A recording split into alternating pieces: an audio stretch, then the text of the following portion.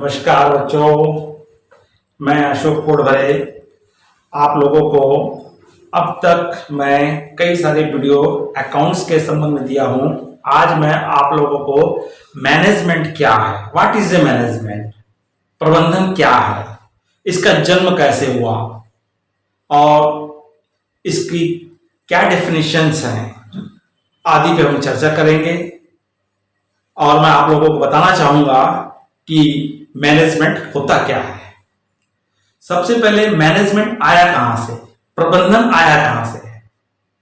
सर्वप्रथम जब सृष्टि आई और उस समय आज से हजारों साल पहले भारत एक विकसित देश में आता था और यहां का व्यवसाय विश्व में प्रचलित था और हमारे यहां उस समय इकोनॉमी, अर्थव्यवस्था बहुत अच्छी थी। तो उस समय के अर्थशास्त्री कौटिल्य ने भी अर्थशास्त्र लिखी थी। उस अर्थशास्त्र में उन्होंने व्यवसाय, वाणिज्य का उल्लेख किया था और वाणिज्य व्यवसाय जिस तरह से तीव्र गति से आगे बढ़ा और उस समय बिजनेस को, व्यवसाय को एक प्रकार से मैनेज करने के लिए, व्यवस्थित रूप से संचालित करने के लिए हमको प्रबंधन की आवश्यकता पड़ी। तो हम ये कह सकते हैं कि मैनेजमेंट का जन्म कहां से हुआ है, व्यवसाय, वाणिज्य, कॉमर्स से हुआ है। और व्यवसाय का जन्म कहां से हुआ है, वाणिज्य का जन्म कहां से हुआ है, अर्थशास्त्र से हुआ है। तो इसका तात्पर्य यह है कि वाणिज्य, कॉमर्स का पिता कौन है, अर्थशास्त्र है, और कॉमर्स का पुत्र कौन है, प्रबंधन है, मैनेजमेंट है। और हर पिता की हार्दिक इच्छा होती है कि उसका पुत्र उससे एक कदम आगे बढ़े और यही हुआ। अर्थशास्त्र, इकोनॉमिक्स का पुत्र कौन था, कॉमर्स था। अर्थशास्त्र चाहता था कि उसका बेटा बहुत आगे बढ़े और मुझसे भी आगे बढ़े और इस तरह से आज कॉमर्स, वाणिज्य, अर्थशास्त्र को पीछे छोड़कर आगे निकल गया। ठीक उसी प्रकार कॉमर्स, वाणिज्य का पुत्र कौन था, प्रबंधन था, मैनेजमेंट था। तो कॉमर्स की भी इच्छा थी कि उसका पुत्र आगे बढ़े और इस तरह से प्रबंध भी, मैनेजमेंट भी आज कॉमर्स को छोड़कर आगे बढ़े। लेकिन हर पुत्र अपने पिता की इज्जत करता है, चाहे वो कितने भी बड़े पद पे चले जाए। ठीक उसी प्रकार कॉमर्स भी, वाणिज्य भी अर्थशास्त्र की पूरी इज्जत करता है, पूरा सम्मान देता है और हर वर्ष प्रत्येक क्लास में एक विषय के रूप में हम अर्थशास्त्र का अध्ययन करते हैं, चाहे क्लास 11th में हो, चाहे 12th में हो, फर्स्ट ईयर में हो, सेकंड ईयर में हो, फाइनल में। ठीक उसी प्रकार अगर आप मैनेजमेंट कोर्स करते हैं, एमबीए करते हैं, बीबीए करते हैं, तो आप पूर्ण रूप से कॉमर्स को सम्मान देते हुए कॉमर्स के सभी विषयों का आप क्या करते हैं, अध्ययन करते हैं। तो इस प्रकार हम कह सकते हैं कि मैनेजमेंट का पिता कौन है, व्यवसाय, वाणिज्य, कॉमर्स है और कॉमर्स का पिता कौन है, अर्थशास्त्र है। तो बच्चों इस प्रकार से प्रबंधन हमारे अस्तित्व में आया। ये प्रबंधन है क्या, मैनेजमेंट है क्या, इसका जन्म कैसे हुआ। तो प्रबंधन को एक अलग विषय के रूप में जिस तीव्र गति के साथ जो आपको विषय का सम्मान मिला है, विषय को मान्यता मिली है, उतना सम्मान या मान्यता किसी भी विषय को वर्तमान में नहीं मिल पाई। 18वीं शताब्दी के अंत में जब औद्योगिक क्रांति हुई, उस समय औद्योगिक मशीनों का और पानी से वाष्प, स्टीम, वाष्प शक्ति या स्टीम पावर का जन्म हुआ। तो इनके जन्म होते ही औद्योगिक मशीनों का जन्म हुआ। औद्योगिक मशीनों के जन्म होते ही हमारे उत्पादन बढ़ने लगा, उत्पादन में ज्यादा मात्रा में उत्पादन होने लगा। जब उत्पादन ज्यादा होने लगा तो हमको इसकी बाजार व्यवस्था को, विपणन व्यवस्था पर ध्यान देना पड़ा, हमारा बाजार क्षेत्र बढ़ा। जब बाजार क्षेत्र बढ़ा तो उस समय हमको आवश्यकता महसूस हुई कि जो हमारे आधारभूत जो तत्व हैं, जिसमें हमारे 5M कहा जाता है, मशीन, मानव, मुद्रा, मटेरियल और मेथड्स, इन पांच तत्वों का प्रबंधन के कार्यों का इस प्रकार से कार्य किया जाए कि जिससे कि हम कम से कम लागत पर अधिक से अधिक उत्पादन कर व्यवस्थित रूप से उत्पादित वस्तुओं को ग्राहक तक पहुंचा सके, जिससे प्रबंधन का मुख्य उद्देश्य कम से कम लागत पर अच्छे से अच्छी वस्तु ग्राहकों तक पहुंच सके। तो बच्चों ये 5 जो तत्व थे हमारे आधारभूत तत्व हैं, ये है क्या है? मेन, मानव, मटेरियल, सामग्री, मशीन, मनी, मुद्रा और मेथड्स। तो इन 5 विधियों के 5 तत्वों का जो हमारे प्रबंधकीय कार्य हैं, मैनेजमेंट के कार्य हैं, जिनके माध्यम से हम उचित टारगेट को क्या कर सकते हैं? प्राप्त कर सकते हैं। वो टारगेट को हम किन कार्यों के माध्यम से करेंगे?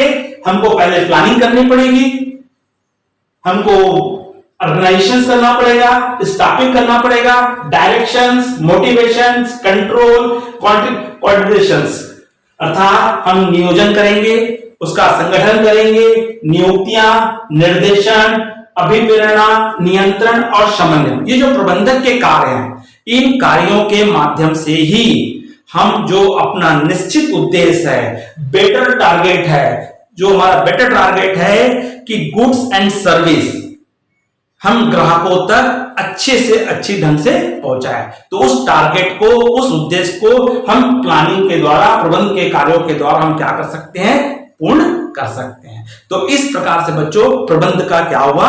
जन्म हुआ। मैनेजमेंट का क्या हुआ? जन्म हुआ। अब ये मैनेजमेंट है क्या? तो मैनेजमेंट हमारा होता है, इसका हम संधि विच्छेद करें, मैनेजमेंट का अगर हम संधि विच्छेद करते हैं तो हमारा क्या आता है? मैनेज, मैन और टी।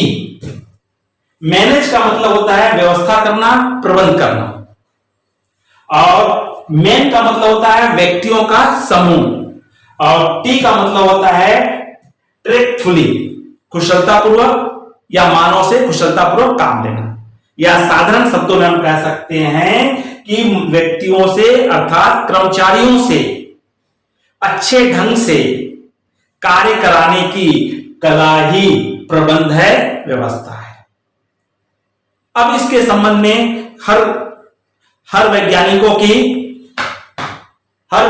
की राय है कि भाई हम इसका किस प्रकार से किया जाए। तो प्रबंधन के संबंध में 2 राय है।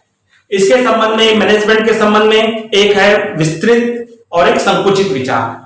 जो विस्तृत विचार के धारी हैं, उनका मानना है कि प्रबंध के अंतर्गत एक व्यापक शब्द है जिसको वर्तमान में विभिन्न क्षेत्रों में इसका उपयोग किया जा रहा है, जबकि संकुचित अर्थ में कम में किया जाता है। तो विस्तृत अर्थ का मतलब होता है प्रबंधन एक प्रक्रिया है जिसके अंतर्गत विभिन्न क्रियाओं, जिसमें हमारे क्या है? नियोजन, संगठन, नियुक्तियां, निर्देशन, अभिप्रेरणा, नियंत्रण, समन्वय, इन सबको क्या किया जाता है? शामिल किया जाता है।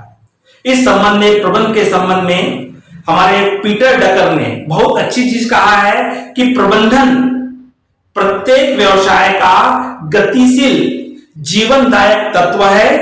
उसके नेतृत्व के अभाव में उत्पादन के साधन मात्र साधन ही रह जाते हैं। इनका कहना है कि अगर हम प्रबंध के लिए जो हमारे प्रबंधकीय कार्य हैं, जो व्यवसाय के लिए एक गतिशील जीवनदायक का तत्व है, अगर प्रबंधन का नेतृत्व नहीं है तो इसके अभाव में जो हमारे साधन है मात्र क्या रह जाते हैं? साधन ही रह जाते हैं। और संकुचित अर्थ में कहा जाता है, संकुचित अर्थ में हम कहते हैं कि प्रबंधन का काम होता है दूसरों से कार्य लेना। संकुचित अर्थ में क्या है इसका? प्रबंधन का तात्पर्य क्या है? दूसरों से कार्य करवाना। तो इस संबंध में हम ये कह सकते हैं कि प्रबंधन ये चाहता है कि हमें कार्य, कर्मचारियों से कार्य कैसे कराना है, हम उसके कार्य को इस तरह से करें कि हमको न्यूनतम समय में, न्यूनतम लागत पर अधिकतम उत्पादन प्राप्त कर सके, और जिससे हम अधिक से अधिक लाभ प्राप्त कर सके। ये प्रबंधन का मेन विचार होता है या मेन अर्थ होता है। इस संबंध में विभिन्न अर्थशास्त्रियों ने, प्रबंध शास्त्रियों ने इस संबंध में अपनी विभिन्न परिभाषाएं दी है, जिसमें FW ने कहा है कि प्रबंध यह ज्ञात करने की कला है कि आप क्या करना चाहते हैं तत्पश्चात यह निर्णय लेना कि वो सर्वश्रेष्ठ एवं मितव्ययिता ढंग से हम उस कार्य को कैसे कर सकते हैं। ठीक उसी प्रकार हेनरी फ्योल ने कहा है कि प्रबंध का आशय पूर्वानुमान लगाना, योजना बनाना, आदेश देना, समन्वय करना, नियंत्रण करना है। हम इन सब परिभाषाओं को मिलाकर के उपयुक्त परिभाषा के रूप में हम कह सकते हैं कि प्रबंध विज्ञान एवं कला है जो प्रशासन द्वारा पूर्व निर्धारित उद्देश्यों को प्राप्त करने के लिए मानवीय प्रयासों का नियोजन करना, संगठन करना, समन्वय करना, निर्देशन करना, अभिप्रेरण करना एवं नियंत्रण करना ही प्रबंधन है, मैनेजमेंट है। अब जहां हमारी डेफिनेशंस आती है वहां हमारा क्या आ जाता है, विशेषताएं आ जाती है। तो प्रबंध की हमारी कुछ विशेषताएं हैं जिसमें हमारा आता है प्रबंध एक प्रक्रिया है। प्रक्रिया का तात्पर्य होता है ऐसी कोई भी क्रिया जो कंटिन्यूस निरंतर गति से चलती रहती है। तो प्रबंधन भी एक ऐसी प्रक्रिया है जो निरंतर गतिमान रहती है। हम ऐसा नहीं कह सकते हैं कि आज हमने पहले दिन मैनेज कर लिए, हमको फुर्सत है, साल भर हमारा काम हो जाएगा। नहीं, हमको पर डे कंटिन्यूस हमको प्रबंधन की प्रक्रिया को निरंतर गतिशील बनाए रखना होता है। दूसरा होता है प्रबंधन एक पेशा है। पेशा का तात्पर्य क्या होता है, प्रोफेशन, अर्थात ये स्वामी से इसका अस्तित्व अलग होता है।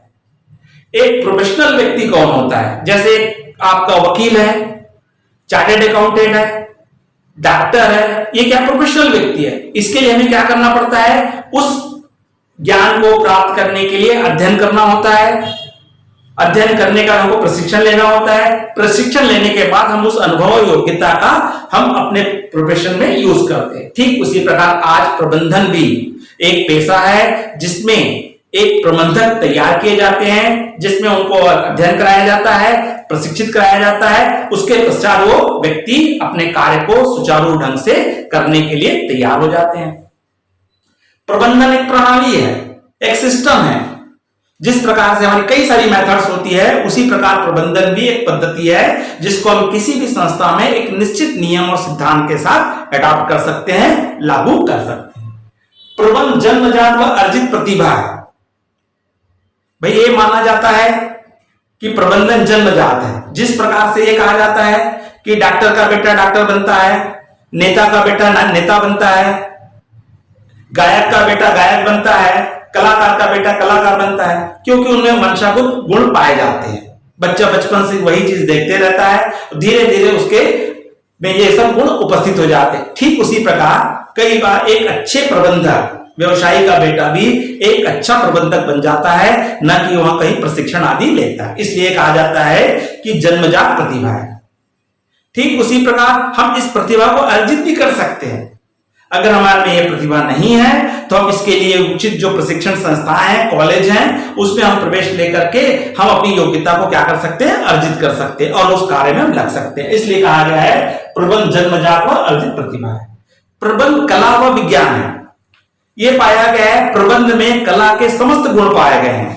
ठीक उसी प्रकार विज्ञान के जो भी सिद्धांत है वो सिद्धांत भी प्रबंधन में पाए जाते हैं। इसलिए कहा गया है प्रबंध कला है, विज्ञान है। प्रबंध सार्वभौमिक है, मतलब प्रबंध को हम किसी भी क्षेत्र में उपयोग में ला सकते हैं। आप प्रबंधन का उपयोग घर में ला सकते हो, घर के संचालन में ला सकते हो, स्कूल के संचालन में ला सकते हो, अपने व्यापार के संचालन में ला सकते हो, देश के संचालन में भी प्रबंधन का उपयोग किया जाता है। इसलिए इसको क्या कहा गया, सार्वभौमिक कहा गया। आप इसको कहीं भी किसी भी क्षेत्र में, मिलिट्री के क्षेत्र में, आर्मी के क्षेत्र में भी यूज कर सकते हैं। प्रबंधन उद्देश्यपूर्ण होना चाहिए। आपने जो भी मैनेज कर रहे हो उसका पहले आपका टारगेट होना चाहिए कि मेरे को निश्चित ऑब्जेक्ट क्या है, मुझे क्या लक्ष्य प्राप्त करना है, तभी आप मैनेज कर सकते हो और अपने कर्मचारियों से निर्धारित स्तर पर कार्य करवा करके आप अपने लक्ष्य को प्राप्त कर सकते हो।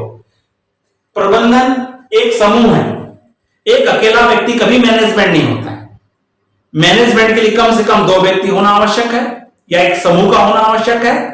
तो प्रबंधन उस समूह से क्या कराता है, मैं कार्य करवाता है। तो प्रबंधन को हमने पहली कार्य कर चुके थे, प्रबंधन का कार्य होता है दूसरों से सही ढंग से सुचारू रूप से कार्य कराना। तो आप किससे कार्य कराओगे, आपके पास एक समूह होगा, एक ग्रुप होगा, कर्मचारी होगा, उसी से आप क्या करा सकते हो, काम करवा सकते हो। प्रबंधन एक सामाजिक प्रक्रिया है। भाई प्रबंधन आप किसके प्रबंधन कराओगे? मानव का।